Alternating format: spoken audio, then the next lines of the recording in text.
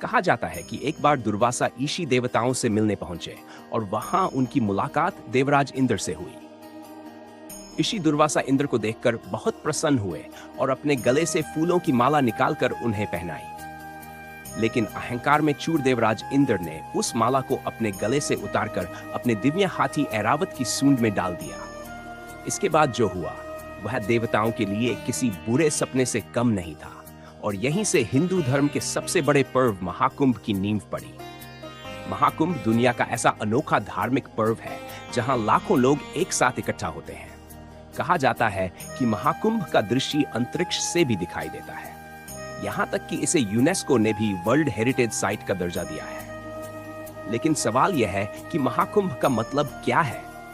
इसका दुर्वासा ईशी और इंद्र से क्या संबंध है और क्या यह समुद्र मंथन की कथा से भी जुड़ा है? आइए जानते हैं महाकुंभ से जुड़ी हर महत्वपूर्ण बात। कुंभ का अर्थ, कुंभ शब्द का मतलब होता है घड़ा। धार्मिक दृष्टिकोण से देखें तो महाकुंभ का मतलब है अमृत से भरा विशाल कलश। ये पवित्र पर्व भारत के 4 प्रमुख स्थानों प्रयागराज, हरिद्वार, उज्जैन और नासिक में मनाया जाता है।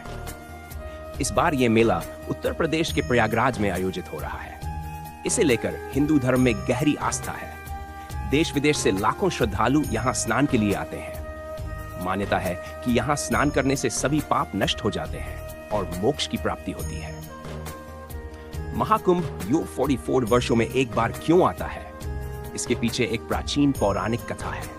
एक बार जब ईशी दुर्वासा ने इंद्र को फूलों की माला पहनाई तो अहंकार में चूर इंद्र ने माला ऐरावत हाथी की सूंड में डाल दी।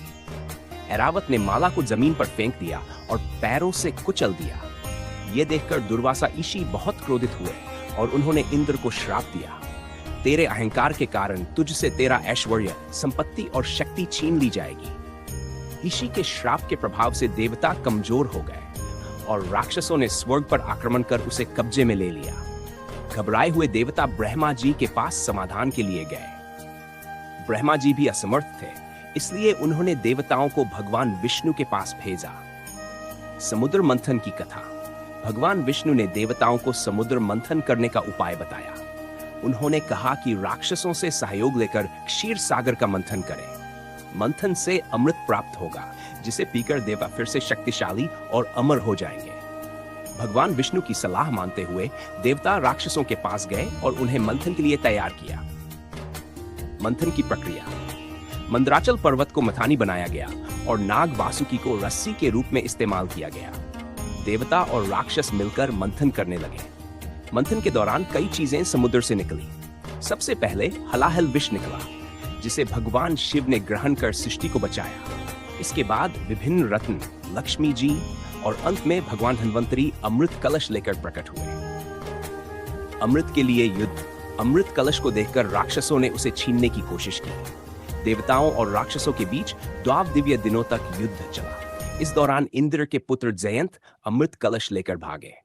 भागते समय अमृत की कुछ बूंदें धरती के 4 स्थानों प्रयागराज, हरिद्वार, उज्जैन और नासिक में गिरी। यही स्थान पवित्र माने गए और इन जगहों पर कुंभ मेले की परंपरा शुरू हुई। कुंभ हर 2 साल में क्यों होता है? धार्मिक मान्यताओं के अनुसार देवताओं का एक दिन मनुष्यों के 1 वर्ष के बराबर होता है। चूंकि देवताओं और राक्षसों के बीच युद्ध द्वावदिव्य दिनों तक चला, इसलिए हर 2 साल में कुंभ मेले का आयोजन किया जाता है। ऐसा माना जाता है इस दौरान इन पवित्र स्थानों पर नदियों में अमृत शक्ति जागृत होती है। कुंभ के प्रकार। कुंभ मेला 4 प्रकार का होता है। मन कुंभ मेला हर 12 साल में हरिद्वार, प्रयागराज, उज्जैन और नासिक में आयोजित होता है। अर्ध कुंभ हर 6 साल में केवल प्रयागराज और हरिद्वार में मनाया जाता है।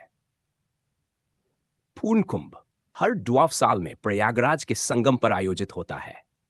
सार महाकुंभ हर 44 साल में एक बार प्रयागराज में आयोजित होता है। इस बार महाकुंभ प्रयागराज में आयोजित हो रहा है, जो 3 जनवरी से शुरू होकर 26 फरवरी तक चलेगा। प्रयागराज में महाकुंभ का महत्व। प्रयागराज धार्मिक दृष्टि से अत्यंत महत्वपूर्ण है, क्योंकि यहाँ गंगा, यमुना और सरस्वती नदियों का संगम होता है।